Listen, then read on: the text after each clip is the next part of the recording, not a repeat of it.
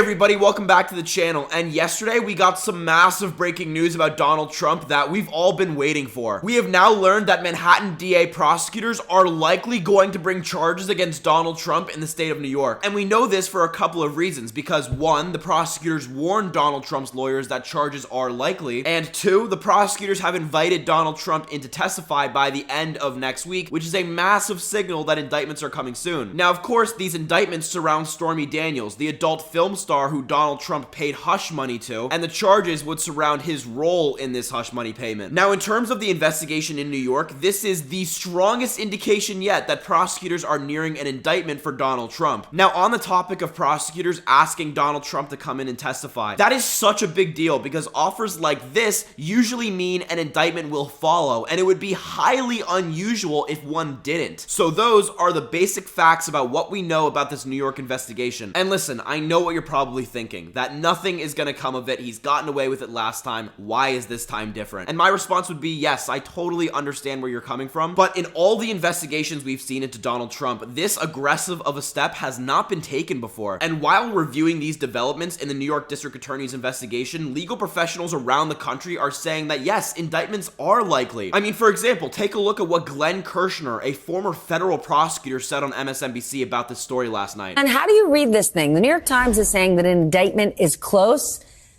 but we've been saying close for quite some time.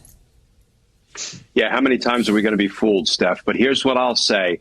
The last step in any grand jury investigation is typically inviting a defendant to testify. Now, we don't do that in all cases. We do it more frequently in white-collar cases, rarely in violent crime cases. And there's a reason that prosecutors don't subpoena the defendant.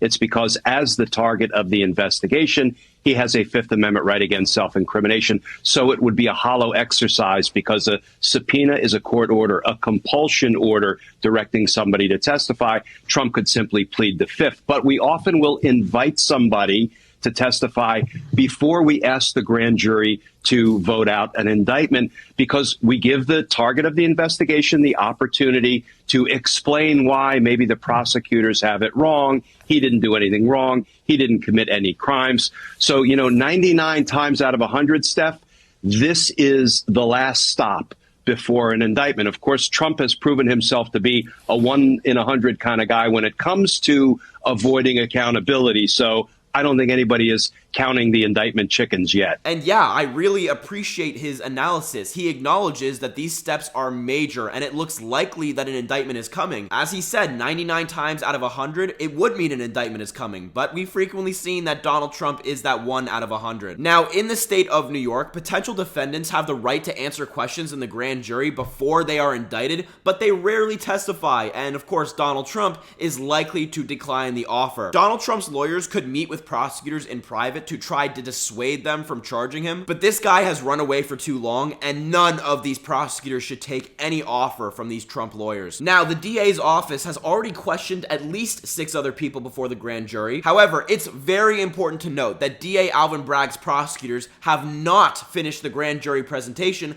and he could still decide against seeking an indictment. So while every single sign is pointing towards Donald Trump getting indicted, this could all be for nothing. And of course, Donald Trump responded on Truth Social to this entire thing, but he started it off by saying, "I did absolutely nothing wrong. I never had an affair with Stormy Daniels, nor would I have wanted to have an affair with Stormy Daniels." Yeah, it sounds like his lawyers wrote that line. And then he went on his usual BS rant, saying that the investigation is a political witch hunt, trying to take down the leading candidate by far in the Republican Party, while at the same time also leading all Democrats in the polls, including Joe Biden and Kamala Harris. Yeah, by the way, just for the record, he's not leading Joe Biden and Kamala Harris in the polls. He said that previous investigations have found that I did nothing wrong. Now they fall back on the old and rebuked case, which has been rejected by every prosecutor's office that has looked at the Stormy Daniels matter, which is also not true. There have been plenty of people who have been charged in connection to the Stormy Daniels investigation. I mean, look, his statement is very long, and I won't subject you to any more of his conspiracy theories, but I don't know, to me that statement shows that he is terrified about this investigation, and all signs are suggesting that, yeah, he should be terrified. What we've seen here from New York is the strongest indication out of all the investigations that Donald Trump is going to be criminally indicted. And of course, this is not a political witch witch hunt. There is ample evidence to suggest that Donald Trump broke the law, and if he did, he should be held accountable. Now, there are some out there that would suggest that prosecuting Donald Trump would only make matters worse. It would only rile up his base, so why do it? And my simple answer is, 1, I don't care about riling his base, and 2, I don't care about the politics of the matter. With every single news story that comes out, and with every single piece of information we've learned over the past couple of years, it just seems more and more likely that Donald Trump broke serious laws, and I could not care less if he's a former president. Nobody in this country is above the law, and that includes Donald Trump, that includes Joe Biden, and that includes every single high-ranking member of all the political parties in this country. Donald Trump should not receive a free pass just because he formerly occupied the Oval Office. To me, folks, this investigation is a big deal, and if I were Donald Trump or his lawyers, I would be terrified of it. Regardless, folks, that's gonna wrap up the video for today. I really hope you enjoyed. I mean, this story is just massive. If you did, please make sure to like, comment, and subscribe. I would really appreciate if you did all of those things. And once again, whether you agree with me or you disagree with me, have a great rest of your day, and I hope to see you folks soon.